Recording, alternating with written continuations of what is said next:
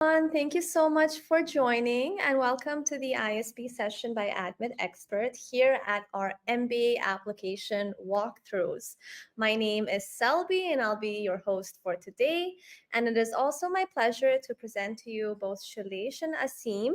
Asim is the founder of Admit Expert and he's also an ISB alum. And Shailesh here, he leads the operations at Admit Expert, who's serving as a success champion for every candidate. His core responsibilities include ensuring the highest quality in resumes, essays, and interview preparation.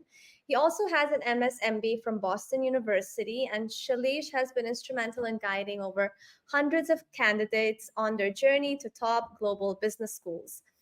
Now, thank you, by the way, both of you for being here. It's great to have both of you. And before we will begin with a quick overview of the application and critical information that you need to be successful in your applications.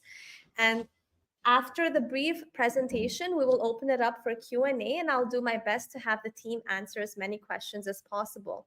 So for everyone in the audience, we have two ways for you to engage. On your screen on the right, our primary source of questions will come from the Q&A tab. Please post your questions there, and you can also upvote questions you want answered. So again, use the Q&A tab, not the chat tab. And now I will turn it over to Shailesh and Asim. Yeah, so thanks everyone here. I see that a lot of you have joined. Not able to see the total count, but I'm sure there is about maybe 50, 100 people joining here. So great to see all everyone interested in ISB. Obviously, ISB is a premier program from India, so we do expect a lot of people interested. We work with several candidates, every year who are interested in ISP. So great to see all that enthusiasm. It really charges me up. Although it's a virtual platform, you really don't feel that much energy. But yeah, I mean, it's good to see all of you guys here. So I'll be happy to walk you through some aspects of the ISB application here. We have a small presentation, and with me I have Asim, who will also, basically both of us will be walking you through, although I'll be sort of leading some part, Asim will be leading some other part. But yes, it's more of a podcast type discussion is what, I promise for you guys today. Okay, so ISB application walkthrough. The application is live. I think many of you may have already had a look at the application. Some aspects you may already be knowing. But what we are going to do here today is share some insights from our experience. And like I mentioned, we do work with uh, a bunch of candidates every year for the last several years. We have been working with ISB application. So there are a few new things that we want to highlight this year. And so just to sort of give a structure uh, to this webinar, we have split this up in 4 sections, which is what you are able to see in agenda. So who can apply? What do you need to be as part of the application? And what more importantly, what is it that ISB is looking for? And the most important part, how do you show that in your essay, which is going to take about, let's say, 45-50% of the entire talk here. So we have tried to sort of put it in a very logical fashion so that you are able to see the entire the strategy. You are able to design a strategy for yourself. All right. So on that note, let me just get started with the first one. And this all this information you can check from ISB's website. And eligibility, the who can apply, who are the people that ISB is looking for. So first thing, ISB is looking for the bachelor's degree. That is a must. Now it could be in any discipline. It's not the case that some disciplines are favored over others. Now this is one of the myths that, okay, engineering background people are preferred more than, let's say, medical background people, or nothing of that sort. In fact, if you do have something that's very unique in your background, that's going to be an advantage for you, right? So so don't have any sort of uh, presumption around any particular unique background that you might have academically, I'm saying. Okay, so that's point number one. Secondly, work experience. Now, MBAs or PGP is what ISB calls it. So those are very discussion oriented, very case study oriented type of programs. Those are less academic and more practical, right? So for that, it is imperative that every business school has some sort of a requirement of work experience. So ISB sets that requirements to be 2 years, and it is important to note that it is not 2 years today. It is 2 years at the time of starting the program. So ISB's next intake is going to start in April 2025. So they are saying that okay, you should have at least 24 months of experience by 31st March. So it's important to keep that in mind.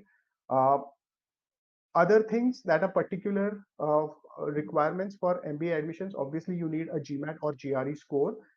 This year, what we have seen is that many business schools are not accepting the online or home-based test scores for GMAT, which has been the case for the last several years, 3 4 years actually, because during COVID that was the only option for candidates.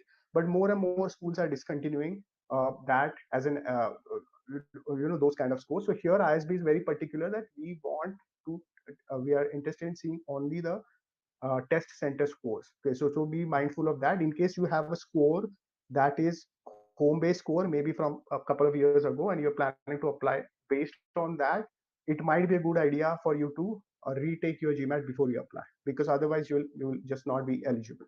Okay, so keep that in mind. Also, for ISB, there is no particular requirement for a language test, TOEFL or IELTS, because for in most cases, and most candidates for ISB are Indian students. So in most cases for Indian students, the English language is sort of the default language for graduation, right? So but there are some candidates, international candidates, who are applying from non-native speakers of English. So for them, this requirement exists that they need to take a TOEFL or IELTS, or also for Indian candidates who, in rare cases, have not graduated with a degree that was solely taught in English. If you do fall in that category, that's a very rare possibility. But yes, there are some programs that are regional programs and things like that. So you might need to also appear for TOEFL or IELTS, just to show that okay, you have that kind of command over the language to be able to understand and participate, understand the curriculum that will be solely taught in English. Okay, so these are the very very basic requirements. So moving on, so any questions here, Selby? Anything that we should look at? So there are some questions not pertaining to the one you've mentioned so far, so Okay, all right, we can fair go. enough, fair enough. Okay, all right. So moving on.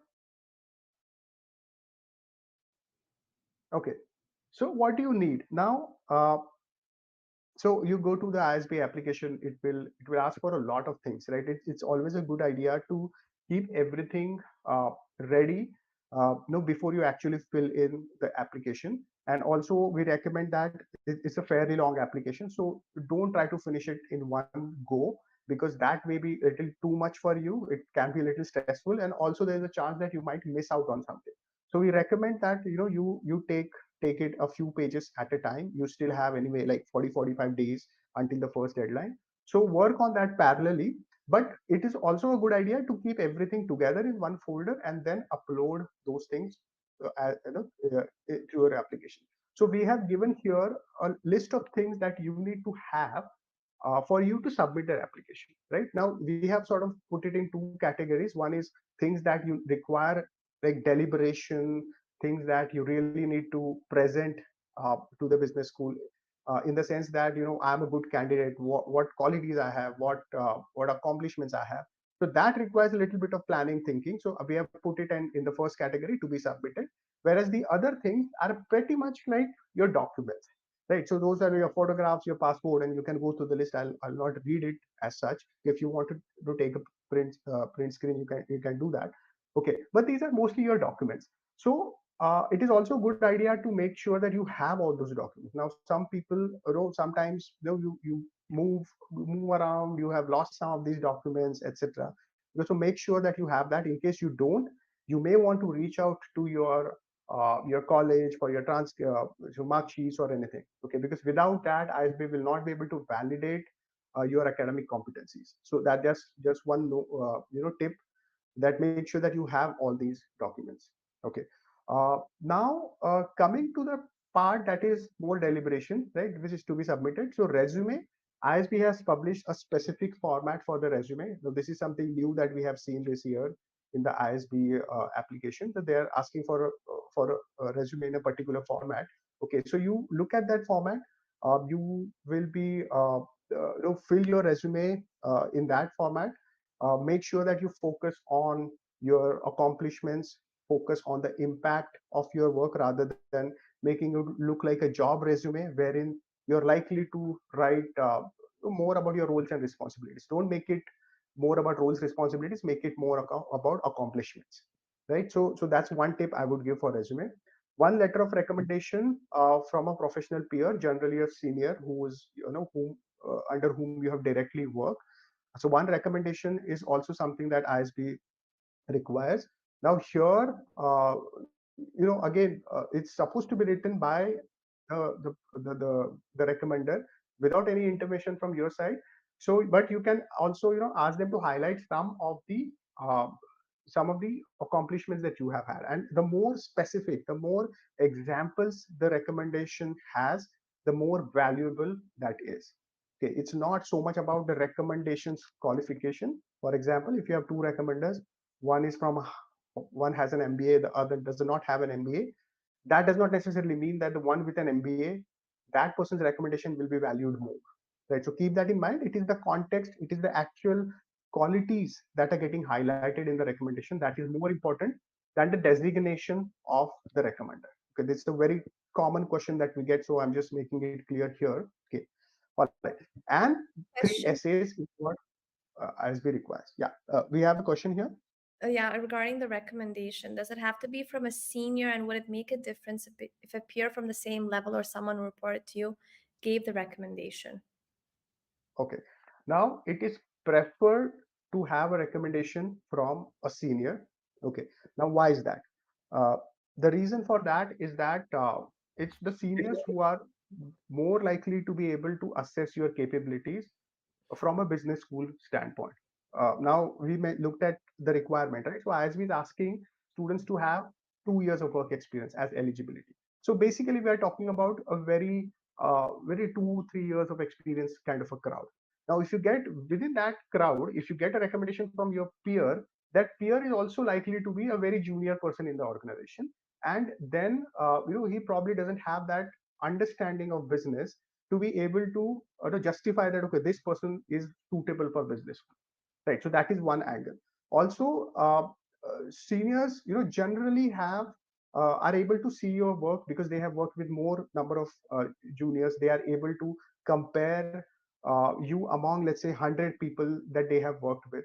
So their object evaluation is likely to be more objective than one given by a peer, right? But yes, that does not mean that you can't get it from a peer. Now there are some situations in which a peer recommendation may be valuable.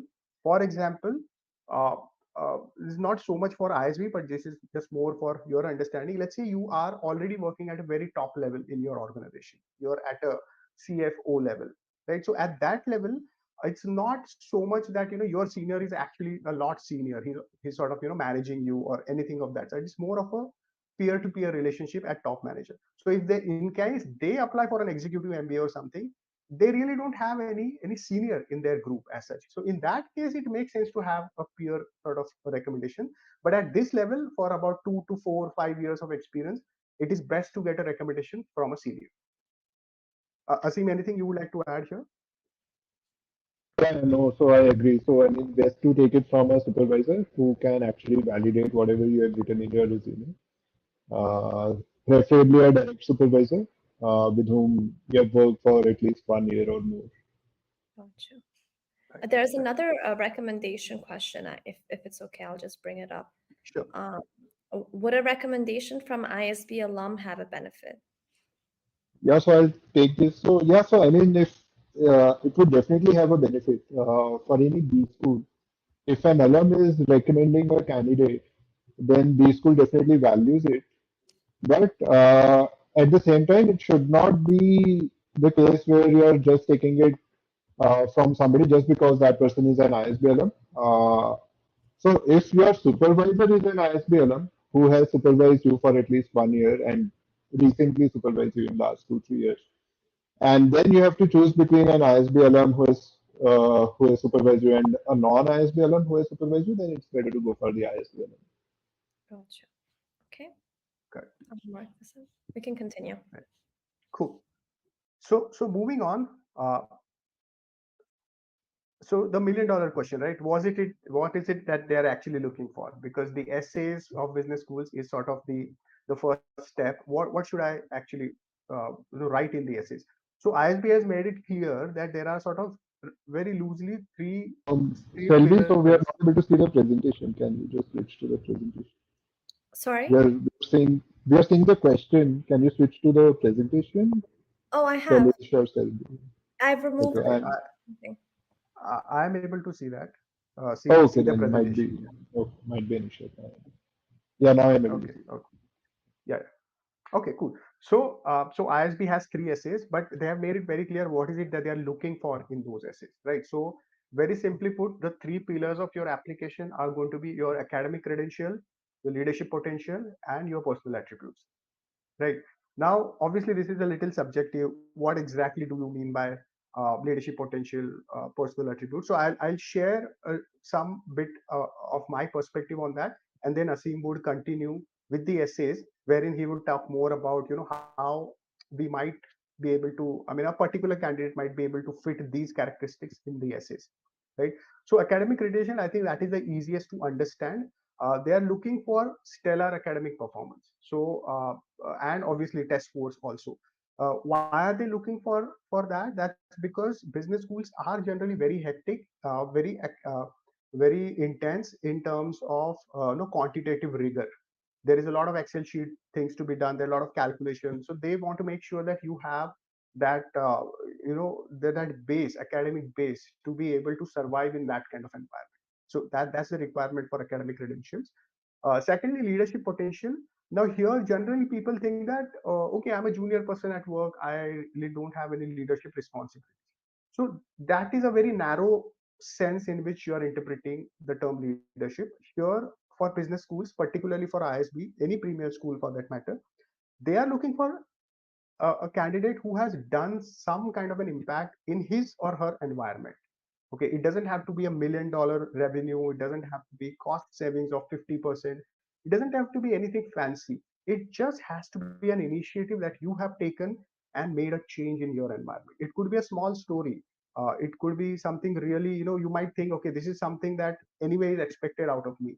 But yes, whatever that is, if you have led an initiative and brought it to fruition, you have something to talk about it, you should definitely talk about that as a leadership instance in your essays, right? And your personal attributes, now that's also another thing.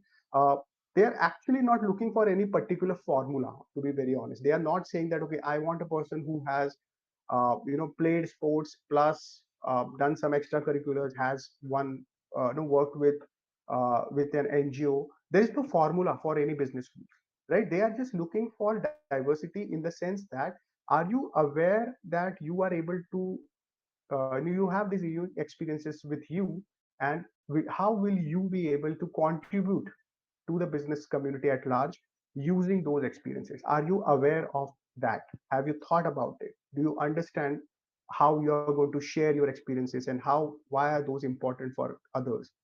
So it is that kind of very mature kind of an answer is what they are looking for through your essays. So any questions on this? Yeah, so regarding, I mean, this is one of the most highly upvoted ones, but regarding the scores, what does ISB's average GMAT look like with the Focus Edition? So yeah, so I'll take this. So it would be typically around 655, which is equivalent to a 710 on Classic Edition. Mm-hmm. But again, I mean, so GMAT score, and I'm sure everyone would have heard it thousands of times. But GMAT score is just one of the multiple factors, although a very important factor.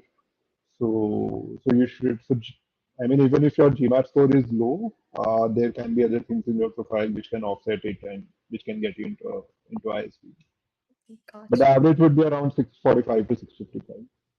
Gotcha. Okay. I mean, that's a lot of people are asking the GMAT related questions. So I guess that answers Right. that. So I'll just make one more comment here. Yeah. So if Prakriti, if you are asking about uh, focus edition compared to classic edition, has the expectation of ISB or any business school gone up or down? Of if you are trying to ask a question like that, then I would say focus edition and classic edition. See, ultimately, those scores are on different scales, but you can just simply look at the percentiles. The percentiles are not going to change, right? And there is a little bit of uncertainty about the focus edition scores and how business schools are interpreting that.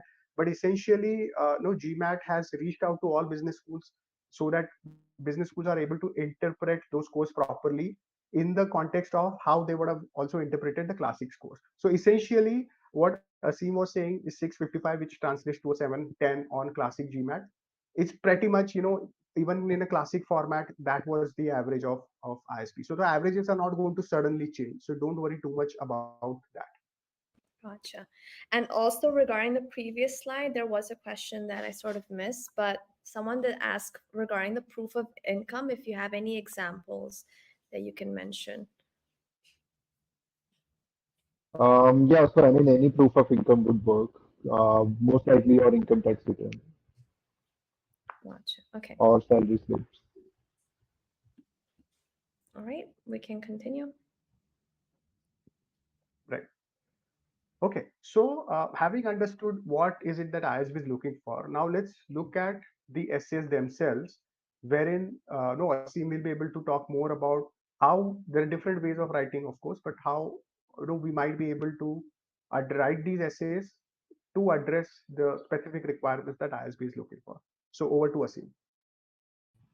Thank you, Shailesh. Thanks a lot for your great insights. So, guys, coming to essays, I'm sure most of you would have gone through the three essays. But let's just tackle each essay one at a time. So I'll just read the first essay topic, which is about strengths and weaknesses, which is not changed. It's same as last year. So it says contemplate situations that have shaped your personal journey. Right. So just focus on this first sentence, your personal journey, which means this essay should mostly contain your personal life stories. What kind of life stories? So let's read the second sentence. Present what these situations have taught you about your strengths and weaknesses and how they have shaped your personal and professional journey. So, so ISB has a so ISB basically wants to create future leaders, and they want to look for evidences of strengths, weaknesses, and leadership traits, which can help you become a future leader. Because ISB believes that personality traits are difficult to change, while skills are easy to pick up. Right. So, and they have a method of doing so. So they will want to know what challenges you have faced, how you have overcome those challenges, and what are the learnings you have got. Right. So the way to present Sorry, I think this, yeah, I had to yeah. interrupt. A lot of people are messaging on the chat that your voice is a little bit like muffled. Okay. Okay. Could you maybe come I'll, a I'll little? just try to change my network. Yeah, Yeah. sure. I'll just try to change it. Just give me a moment. Mhm. Till then, Shailesh, like a lot of people were asking if the YLP, wait, where's the question? If the YLP is discontinued by any chance. A Right. lot of people are asking this. Good. So so YSP has been discontinued. That is what we have heard recently. And as with respect to whether there Yeah. will be another program or what, I don't think there is a lot of clarity around that as of now. Gotcha. Okay. Is it better now? Can you hear me better now? Is Yeah. it more clear? It's just a little bit more muffled. Maybe Okay. Could you bring the mic a little closer? Okay. Is it better now? I can try to speak a bit louder. Let me check. People are mentioning that it's not as clear as it's not too. Okay. Okay. Okay. I guess let me continue, and if still there are issues, then I can again try to change my network and see if that is. Gotcha. Okay. Yeah. So, guys, continuing from where I left. So ISB tries to gauge these leadership traits by trying to gauge what challenges you have faced and how you have overcome those challenges, and they try to gauge the leadership traits coming out in your personal and professional stories, and they want to see what learnings you have got out of them. Right, so that's what you have to do in SA1.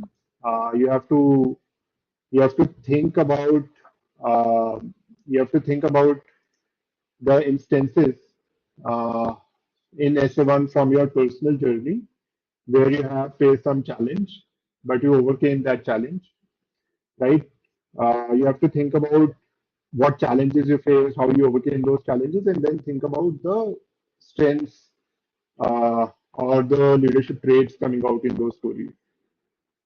And also think about how what were the learnings that you have got, and how have you implemented those learnings in further professional as well as personal instances, right? So that's how you would be able to answer the strength part.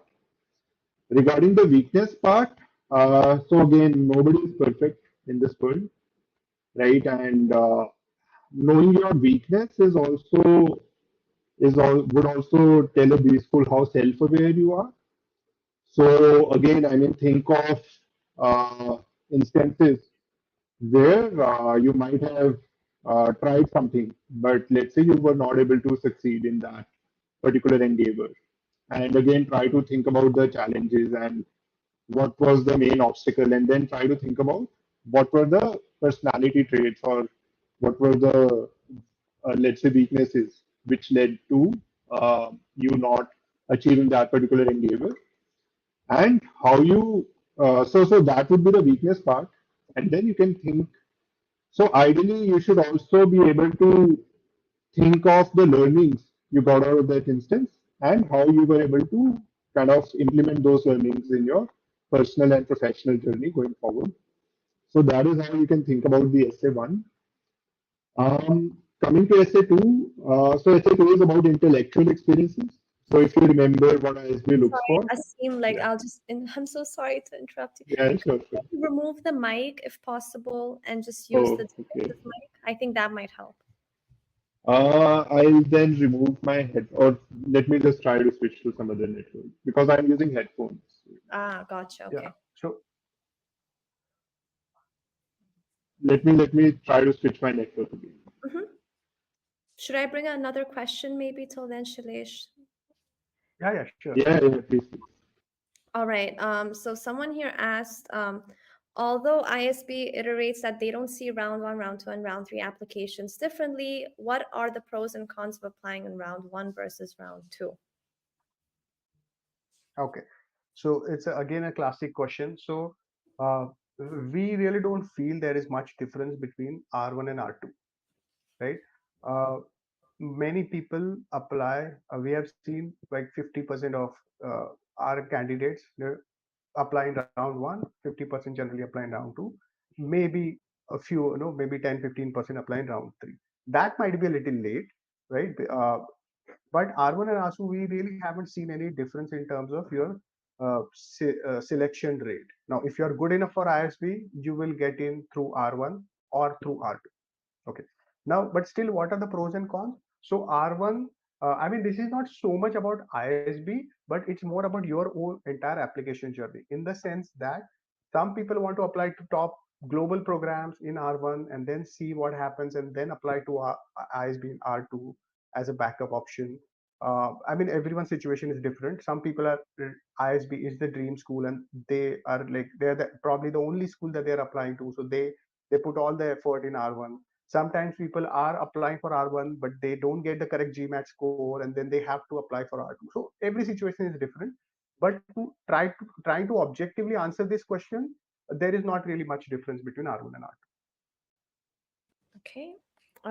Should I take up one more, or Asim, have you managed to? Yeah, I hope my voice would be more clear now. Um, so okay, so is it better, Selvi, by any chance? Sort of similar, not gonna lie. Sort of similar. Okay. But I guess we'll I have to continue with that. understand. I think it's just a little muffled. So I mean, Okay. you can just continue, and if anyone Sure. messages, I'll just let you know. Sure. Sure. Sure. Yeah, so I mean, so the SA2 is what intellectual experiences have influenced your approach to learning, and have led you to pursue an MBA? Please describe using anecdotes from your own experiences.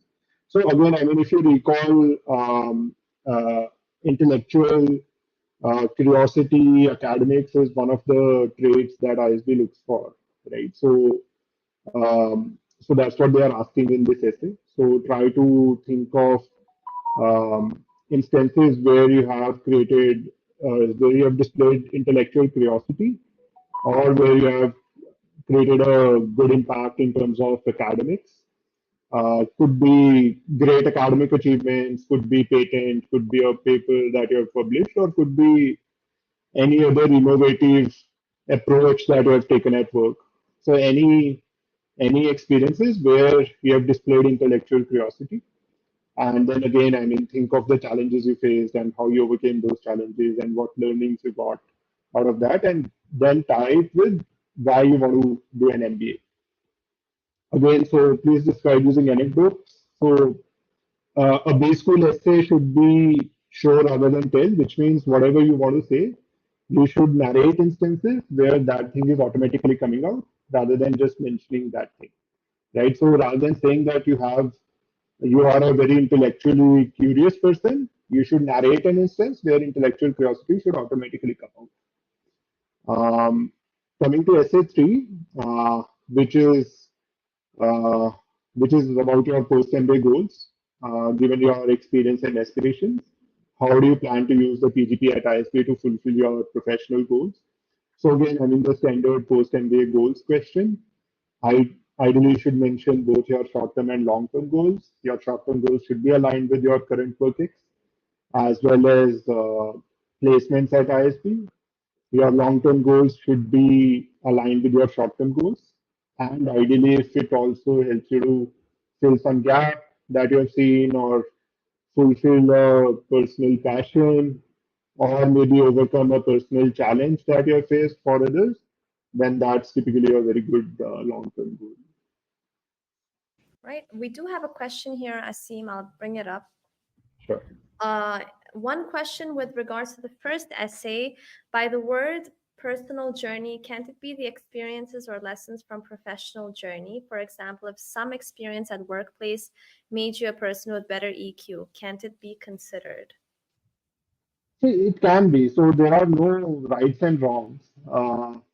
But your professional experiences, anyways, would come heavily in your resume as well, right? So your professional achievements would be there in your resume, and even in essay three, it would be all about your professional journey, your professional stories, right? So a B school would also want to know what has really shaped you as a person. Uh, so essay one and essay two gives you a chance to also showcase some personal life stories. If you don't have very strong personal stories, then it's fine to write a professional story which has kind of impacted you to kind of make you a better person. But preferably, because ISB has specifically mentioned the word personal journey, so try to think of good personal life stories where you have faced some challenge and you have overcome that challenge. Awesome. All right. Thank you. We can continue. I think that's it from our side. Shalesh, is there anything else which we want to? Yeah. So we don't have anything more. We just any other questions. Yeah, but there are, yeah, we can take yeah, those. I'll bring them up. All right. Okay, I'm just checking which ones are unanswered. We've got some questions about scholarships. Like what exactly is like a lot of scholarship related questions. Maybe if we can talk briefly about that. Does ISB provide for scholarship to KSM? Yeah, so ISB has a merit scholarship and a need scholarship, also a diversity scholarship. But broadly merit and need. So merit scholarship is, so everyone is automatically considered for merit scholarship. You don't need to kind of write anything separately for that. It depends on how appealing your profile is to ISB. If ISB wants to take you in as a candidate desperately, they will give you a huge merit scholarship. The need scholarship is something where you would need to submit a proof of income to show that you need there is a need, right? So that proof of income could be, like I said, could be your income tax return, could be salary slips, could be anything, and you would also need to write an essay for that. All right, awesome. I'll bring up the next question. Can you please share the format of the resume since you mentioned it has recently been introduced? Yeah, so it's in the application portal. So if you would log into ISB application portal, ISB has uploaded the format. So you have to download that format and you have to create a resume in that format. Okay, I'll bring up another question. Um, Maybe this one. What is the optimum years of experience one should have? Is there a disadvantage if one has 6+ years of experience? So I mean, while there is no such disadvantage, the average work ex would be something in the range of 4.5 years. But there are a lot of candidates at ISB with 2 years of work ex, 3 years of work ex, and there are a lot of candidates with 7, 8 years of work ex also. So there is no disadvantage if somebody has a 6+ years of work ex. It's just that as your work ex, as your number of years of work ex increase, these schools would also want to see a corresponding career progression. Have you got, do you have some leadership experiences? Have you formally led a team? Have you got corresponding positions of responsibility, right? So if that is not there, then it could be a disadvantage. Awesome. I'll take up the next question. What should be an ideal post MBA career goal, if you could suggest in general? Yeah, so like I mentioned, ideally your short-term goal should be something which is aligned with your current work ex because ISB and any B school in general would also look at the post MBA short-term goals from an employer lens, where they would try to gauge how employable you are post MBA, and an employer would look for a relevant work ex, right? So your short-term goal should not be very like deviating from your current work ex. Of course, I mean it cannot be the same as your current role. So typically, a good short-term goal could be where you, let's say, out of your industry and function, you retain one and you pivot or change the other. So, for example, if somebody is working as a business analyst with, let's say, Deloitte, then or McKinsey, then they are in the consulting industry, but not necessarily a front-end consultant. So the industry as a consulting industry can be the same, and the role can change to be a front-end strategy consultant, right? The long-term goal, like I said, should ideally be aligned with your short-term goal. It, you ideally should have a clear-cut charted path from your short-term to long-term goal, for which you would need to do a lot of research as well. You would need to look at the LinkedIn profiles of candidates who have graduated from ISB in your short-term goal and see how their career progression has been. And like I said, I mean, a good long-term goal would be something which solves some personal challenge that you have faced for everyone else, or fulfill some personal passion, or plug some gap that you have seen at work, but also is aligned with your short-term goals. Um, And Shailesh, if you're also looking at the side, like let me know if there's any question you found nice. I'll bring up this one for now. In terms of documents, how do we show proof of income in a family business? And our academic mark sheets are fine, or do we need to get transcripts from the university? So yeah, so I mean, like I said, so you would be filing income tax return, right? So your income tax return would be the proof of income. Mm-hmm. Academic mark sheets are fine, or do we need to get transcripts? Um, you you have to upload transcripts, but you don't need to get the official transcripts from the university at this stage. You have to upload the soft copy. Once you get an admit, then you would need to submit the original official transcripts to ISB. If you don't have the transcripts, even the soft copy of transcripts, then even academic mark sheets would work, but you'll have to just write to the ISB adcom and explain it to them so that they are able to adjust it from the back end. Gotcha. Okay. And I'll take up maybe two more questions. If one wants to pivot from, say, tech consulting to management consulting, how to add that in the application for their short-term goals? Yeah, so I mean, so consulting is, yeah, Shailesh, go. Do you want? No, you can go ahead. Yeah. Okay. Yeah, so I mean, the consulting is so consulting as an industry is kind of retained.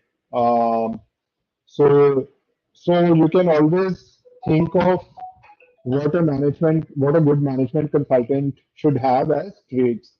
So a good strategy consultant or management consultant would have a lot of structured thinking, uh, would would involve strategy consulting would involve a lot of structured thinking because they would be working with a lot of frameworks and trying to solve problems of businesses, right? So you have to find these parallels. So have you displayed structured thinking in some instance at work?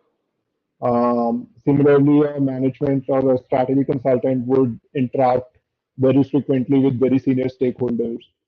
So have you interacted with senior stakeholders, right? So you can figure out these parallels and you can mention it in your optional essay or essay 3 and show that these instances led you to kind of be interested in strategy consulting or management consulting.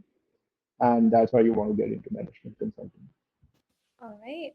Now just take up the last one because it was okay. Let me take up this one. How can we cover past academic weaknesses with other high points? Does ISB consider recent achievements with bias that it was done solely to get into ISB? Yeah, yes, I mean, some ways to offset your not so stellar academics would be getting a good GMAT score and GMAT or GRE and getting a good quant score in that. Or showing other academic achievements or showing data heavy work-ex. If your work-ex involves working with a lot of data and quant, or taking up a short duration online course and getting a good grade in that. Does ISB consider recent achievements with the bias?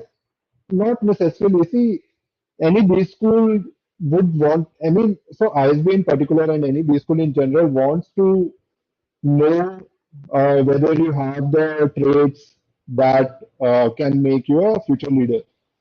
And intellectual curiosity or good academics or academic rigor is one of those traits. So if we can display that trait by doing something, then B schools are more than happy to consider it. In fact, we have seen many B schools, not ISB, but many USB schools, recommending a particular course to their waitlisted candidates who did not have a very high CGPA and recommending the candidates to take up that course and get a decent grade in that course so that B schools are certain or B schools are comfortable with the academic rigor of the candidates, right? So it does not harm you to kind of do something to show your academic rigor, even if it's done very recently. Gotcha. All right. Well, I mean, we have way more questions, but since we're out of time, thanks everyone so much for joining. And don't worry if we did not cover your question. Feel free to stop by the admissions experts booth at the end of the event from 11:30 a.m. Pacific, or just check the schedule for your local time. So again, not to worry, you can always ask your questions there as well. And yeah, thank you so much, Asim and Shailesh. This was a wonderful, wonderful event. Thank you. Thank you everyone for Thanks, joining. everyone. Thanks, Selby, for Of hosting this course. session. All right. Take care. Bye. Thanks, Shailesh. All right. Bye. Take care.